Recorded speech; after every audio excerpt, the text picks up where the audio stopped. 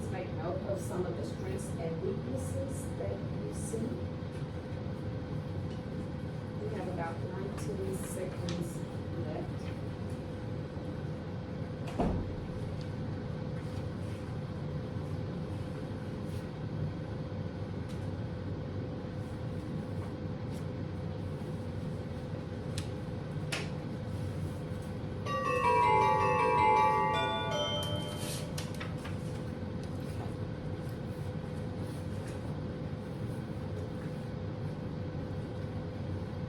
As you close out,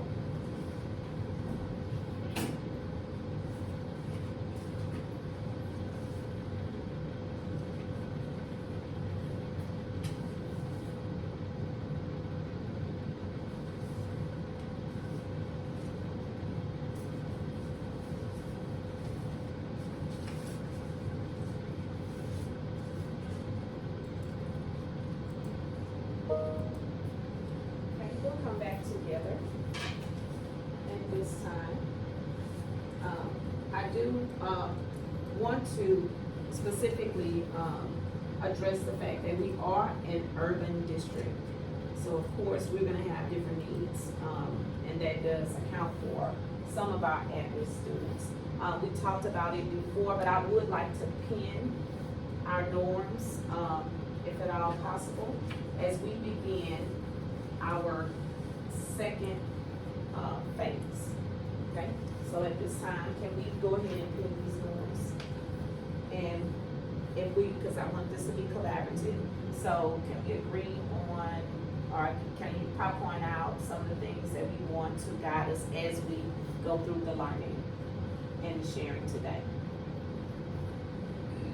When you speak of norms, what exactly are you looking for? Okay, so what is going to guide our discussion today in respect to each other, as far as time?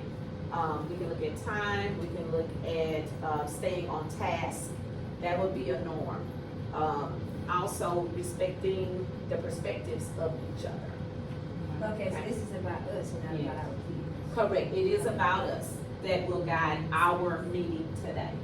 So like you said, respecting the perspectives, but not only respecting them, just considering them in general. Okay, so respect and consideration of other perspectives. Yes, ma'am.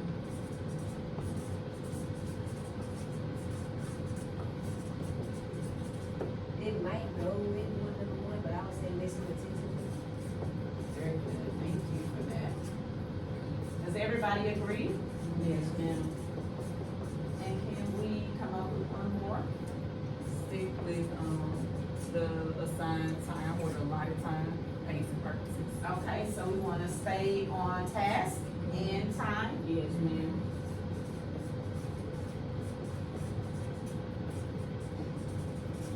On time. Okay, perfect.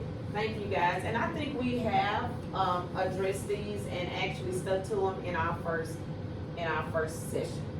Okay, so we're gonna conclude this and then we'll begin the second part of this meeting.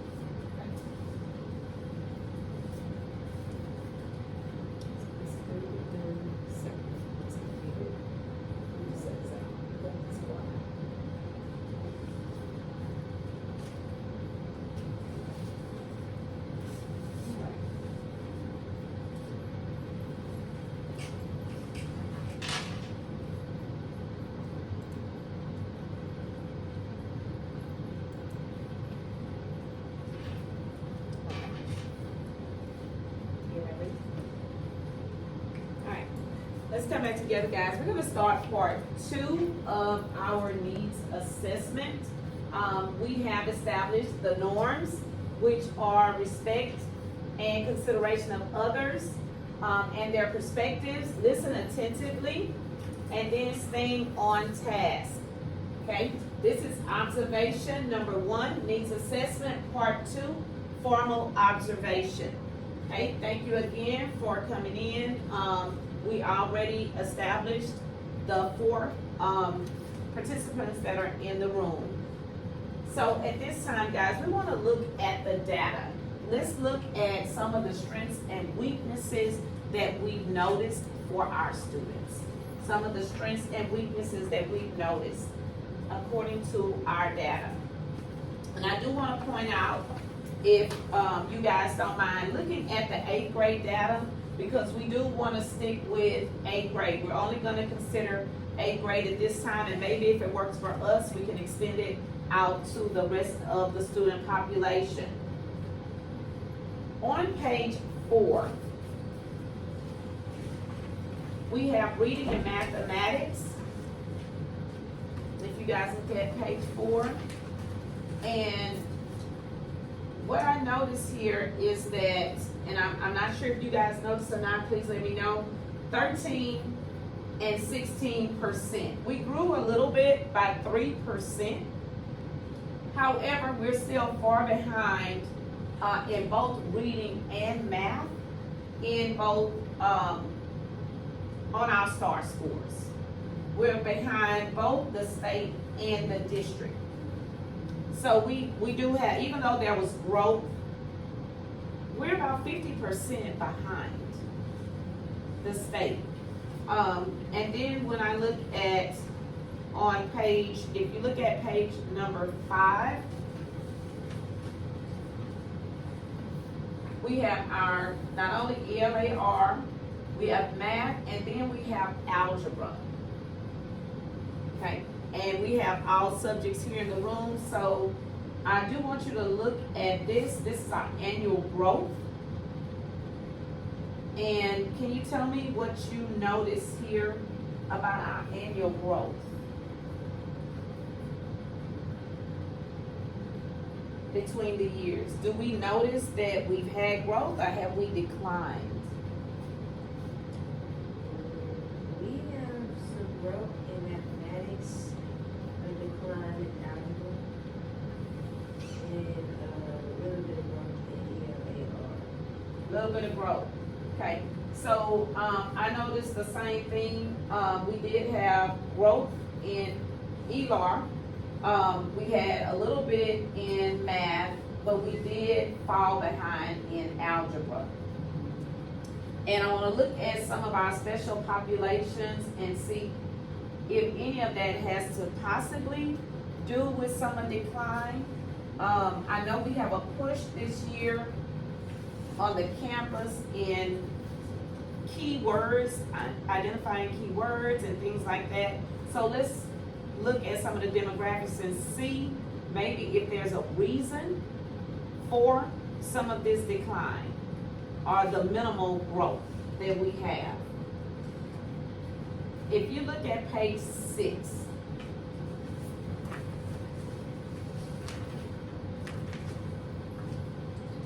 because remember, we're going to look at strengths and weaknesses. So we know that one of the weaknesses that we did see is a decline in algebra. Yes.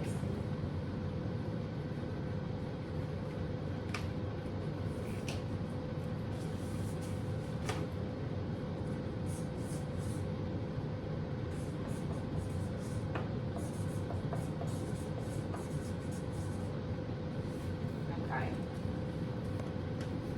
And let's look at page 6. Do we notice anything here that might be a contributing factor to some of the struggles that our students are possibly having? The absence. I mean, we do have a dropout rate, but it's very small considering The absence. the absent percentage. Okay. So dropout rate, considering you say it's smaller. It's smaller. compared Yes, to our the dropout rate absence. is only 4.7 as compared to absences, which is at 50.9. Okay, so strength, we are student retention because they're not dropping out. They're not dropping out. Okay, so at least we see that there is some intention about staying in school. Yes. Okay. But the chronic absenteeism is really high, especially in comparison to the state and district. Okay, so we have a problem with absenteeism.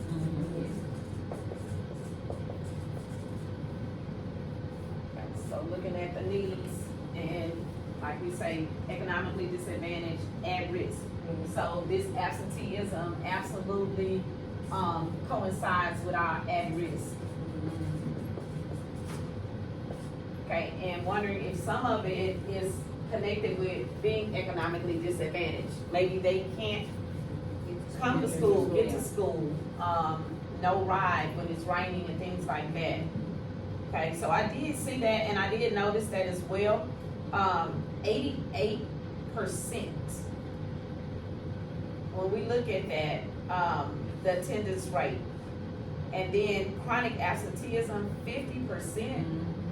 I mean, that has to be impactful to our academics. Absolutely. And then if you guys go ahead and move to page 7, if we can pull out some of the strengths and weaknesses from page 7.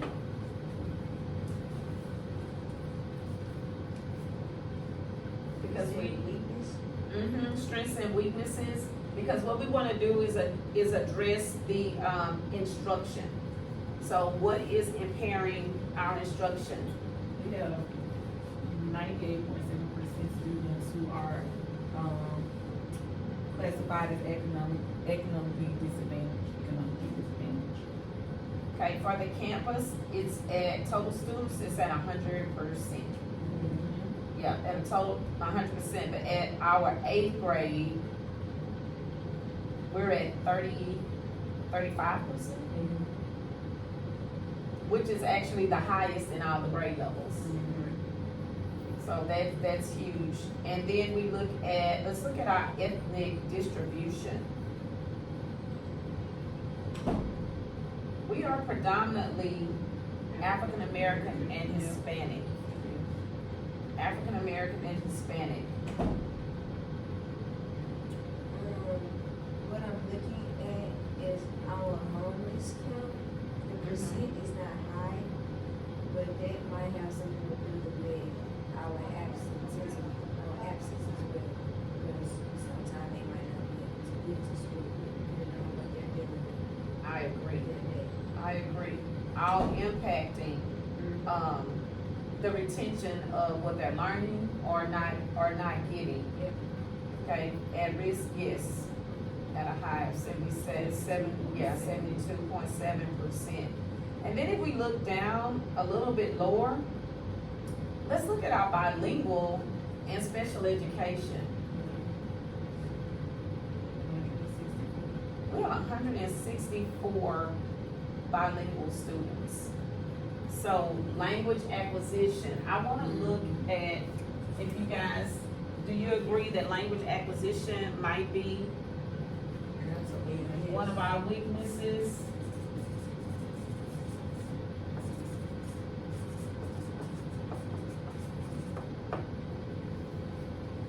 For our EB population?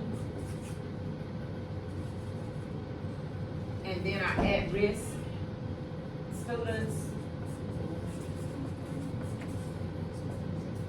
Hi, I'm sorry to interrupt. So, I saw what- the stamps in your look in- closet. One, Can I excuse use me, them? I'm sorry. You don't use them?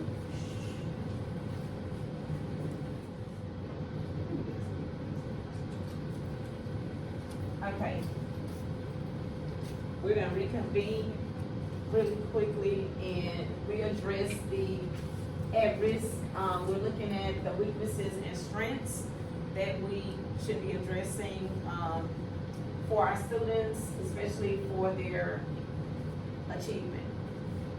Some of the things that's gonna get in the way of it, and some of the things that we see we can help with, especially their stress that we see, and that is evident not only in our taper report, but also in some of our own, individual data, like from our last assessment, because we just took a 6 weeks assessment.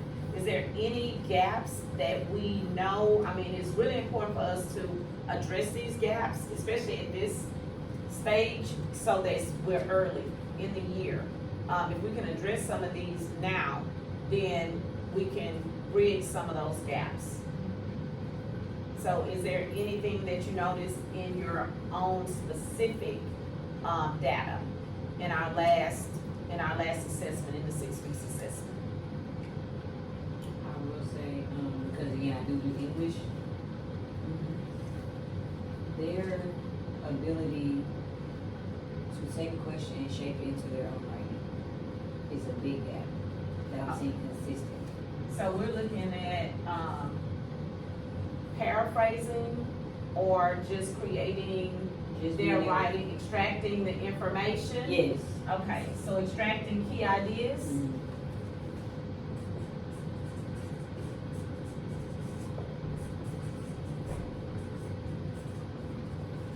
Okay, so extracting key ideas, I can agree with that. I noticed it, especially in their writing. They have not been able to pull those key ideas out. And I do know that SCRs is gonna be a big push, it's a campus push.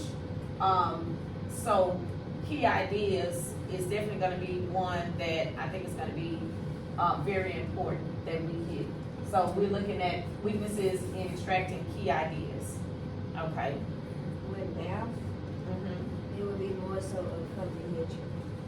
They can do the numbers all day, but when it comes to comprehending what the question is asking you, is where they fall short. Okay, so the comprehension, understanding it, being able to break it down. Taking the word problem and turning it into your numbers, your formula, basically. Okay, so with that, I know that this is, we do wanna do cross-curricular, looking at the needs and seeing how maybe one specific, point for us to address, may be able to affect or impact each of our contents.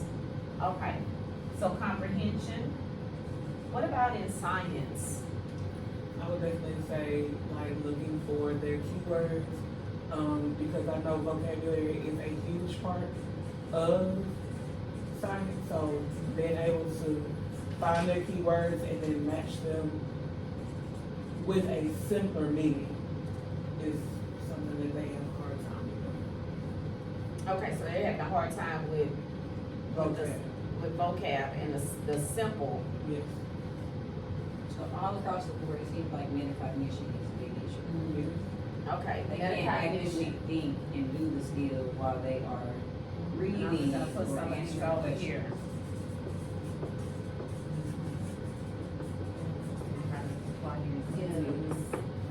We can do it all day on the board, but when I let them go or be on time, they don't know what's going on. They know how to do it, it's just comprehending when they're reading that question. Okay, so we're looking at metacognition as a whole, comprehension. So those are large concepts. How can we break it down where we can actually meet a basic need that we may be able to address a gap in this? I know on a smaller level, and I'm going back to language acquisition as well, because my EB students perform significantly lower than my other kids, but this could also be a support with the metacognition, just making sure they understand how to effectively use their scaffolds. So the graphic organizers, the anchor charts, all the things that we, give to them on a day-to-day basis, them being empowered and knowing how to use those when they do take these tests. Okay, so using the scaffold, using the Effectively. graphic organizers, actually understanding. How to How use it to to use arrive them. at their answers and to frame their thinking. Okay, so framing their thinking. So what I'm hearing across the board is thinking, that it's a lack of comprehension. Do we think that this is tied to the fact that we have such a large population of at-risk students? Yeah, Then when you look at the demographic of, where we are, socioeconomically, our parents at home, to reinforce some of the things that we're doing at school. are at home, are they actually putting forth actionable steps to help these kids gain these skills? Right. Are the parents actually capable of it? What is the educational level? What is, or, you know, do they understand the work that we're even sending home with their students? I would say most of our kids in a good population, or a good majority of our kids, they're not being raised by their parents, they're being raised by their grandparents. So, Foster home. right, or a foster home. And if you're looking at our data or looking at our numbers, it's almost like it's not at an end for our schools, but within our school, we're surrounded by at least 4. So, Okay. and it's so many of them coming out, and they're not knowing what we're sitting home. The kids aren't understanding what we're telling them in class, so that does play a big part into our at-risk population. Okay. I can agree on that. Something else, if y'all don't mind me segueing. We're looking at not only the strengths, but the weaknesses, right? So I'm wondering, how can we build some of these strengths? And when I look at this, I'm looking at our demographics. If you go to page 9, let's look at page 9 real quick. Because when we start looking at some of these root causes, when we're looking at the strengths and the weaknesses, right? Where does it start? Because instruction is what is going to be used to get them where they need to be, right? And when we look at instruction, let's look at our teacher staff. We have almost 50% Hispanic population. We have a 30% EB population, but the majority of our teachers are African American. Can we relate? Can we relate? Are we doing the things, all things that we can do to bridge the gaps for our emerging bilinguals? Because that is a huge population. Not only that, we also have, when we look at our disabled students, learning disabled. That part, let's see, I was just looking at that on here, and it looks like we have, I think that was on my last page, about 90, yeah, we have like 90 learning disabled students on our campus, and a great majority of them were in 7th grade last year, and they're now in 8th grade.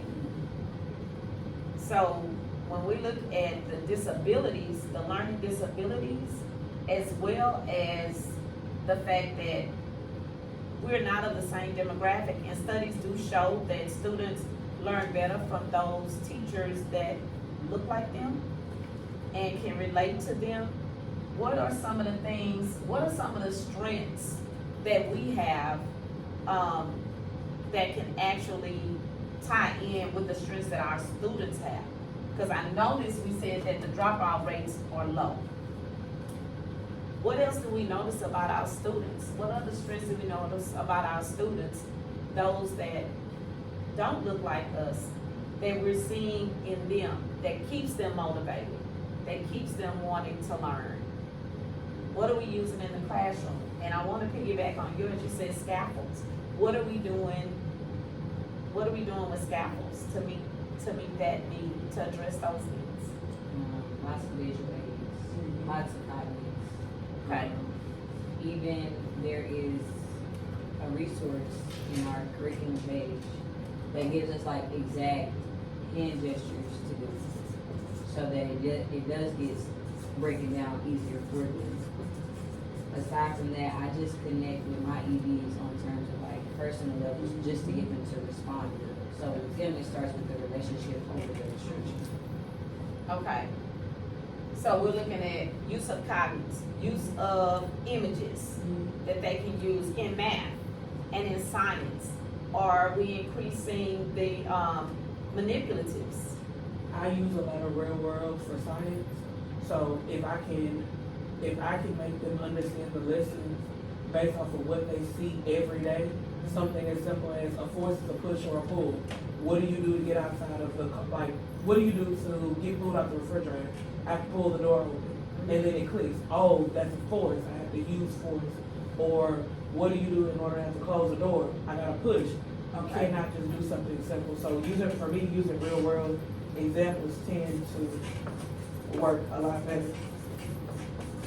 Okay, so I wanna add, at this time, I wanna add some of the things that we can do to meet some of these weaknesses, because we've looked at their strengths, we've listed their weaknesses.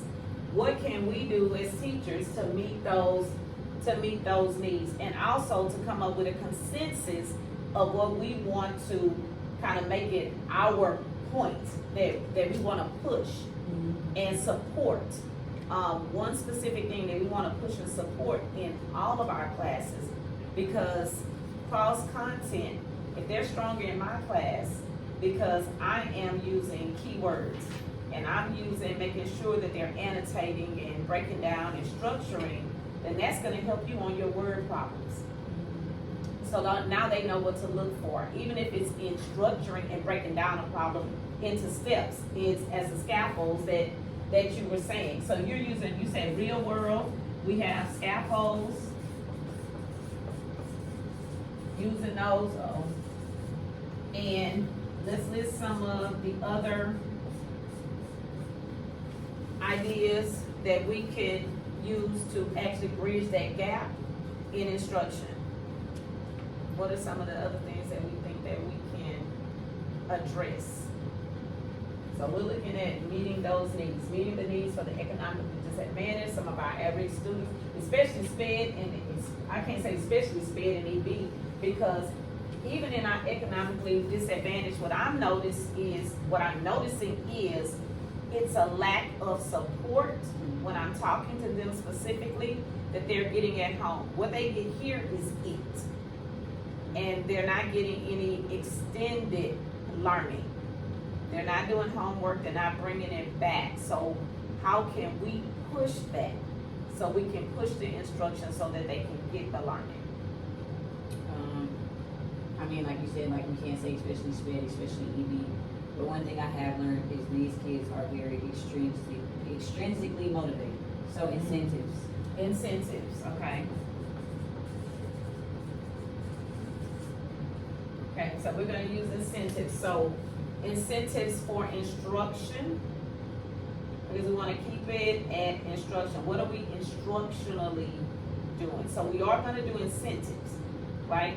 But what are we incentivizing? What piece of the instruction do we want to kind of decide that that's our focus? And then if that's our focus, then we can incentivize that focus. But instruction wise, what do we want to say is our focus piece on instruction? What consensus? What would help across the board? Can we incentivize our DOL performances, or are we talking about one specific Skill. Okay. One specific skill. What would be that impact skill that we could, one instructional piece that we could kind of hone in on, and it would help with ELAR, yeah, science, math, social studies. What would that be? Annotations, okay. I think vocabulary as well. That's hard, we're not Okay, supposed to. so You're not supposed to teach it, but when they're doing their responses, like when they use the skills, which all of us should be, let's say, that we can have, if you do, the terms that we focus on, like something from the learning objective for that day, or like in your response, that could be something that we track, just like we track participation. okay, so when we think about the instruction, moving back to instruction, moving back to that one piece that we can actually track them. So if I go to their desk, or we go to their desk, I know that, we need to be looking for something specific. That way, if I'm tracking it and using data, I have 3 students out of 4 that I'm seeing the skill being used. And that skill that's being used, that is gonna push their performance on DOLs, push their performance on grade level tests, or district tests, or state tests. So what is that skill that we wanna be looking for, particularly that we're not seeing right now, and they're really struggling with? And they could be struggling with it because they're low readers. They could be struggling with it because they don't have the acquisition, the language acquisition. So what are those things that we can use for them? And what I see is stems, right? And I'm also seeing annotations. Well, from annotations, I'm gonna get stems, because I have to use the stem to write with. Right. And then I have the vocabulary, right? Because I can't get to the stem or any understanding without the what? Without the vocabulary. And that vocabulary is going to be our key what? Key. Our keywords. And I have an idea or something that I'm going to do. Okay. I'm gonna put, like we have the invitations, I'm gonna make little cards like that with keywords for ELA. And y'all may wanna use their subject, so like how we constantly see words like emphasize. Highlight. So, Reveal. right, so that should be accessible to them at all times. So if I'm expecting to hear you using this verbiage, and let's say you forget, it's always there for your reference. Because at this point, they should be able to. They should be able to annotate the keyword Yep. in everything, especially In because when they everything. get ready to do those constructive responses, Yes. it comes in helpful. Yep, and on the deal, those words consistently show up, so I put them on the keyword card with the phrases and words they constantly see. And taking it to the list, like on this side. In this, so do we have a consensus as far as what we wanna push, how we wanna track it? And, we're gonna come back together. Again, we do wanna further this because closing the gaps are extremely important. Especially for our students, our economically disadvantaged students. Sometimes it is that keyword that's going to help them to understand, what exactly am I looking for in this answer? What exactly am I, if the author gave me a question, what am I actually, addressing here? So we do have a consensus, everybody? Yes. Okay, so we're looking at keywords. Keywords are gonna be, our focus. I'm just gonna go ahead and start this, so that way we decided on keywords, and we're gonna start tracking it in making sure maybe that we are highlighting keywords. How can we do that?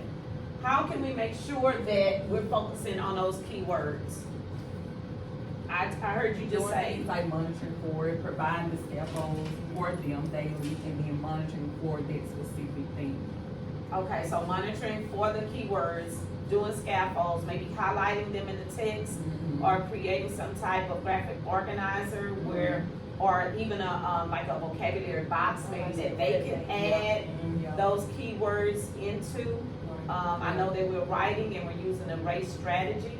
Yeah. Maybe they can look for some of those keywords and plug them into some of those, the way that it's structured in their writing in race. Maybe this is a part of my answer. Then this, I know I have to have these keywords when I'm citing or when I'm explaining, making sure that I am addressing the prompt, which is something that we kind of looked at earlier today.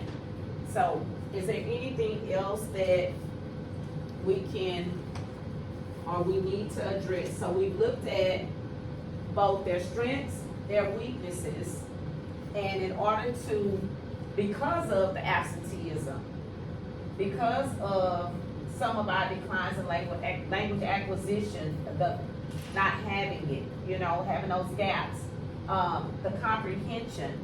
If we focus on the key ideas, then maybe we can see some more growth and then bridge some of these gaps that we're seeing as common trends throughout the data. Do we all agree? Okay, so I think we're gonna come back, together at a later time, and we're going to create some opportunities for us to address this as a whole, okay? So at this time, I'm gonna conclude this part of the video, or this meeting, and we'll come back together.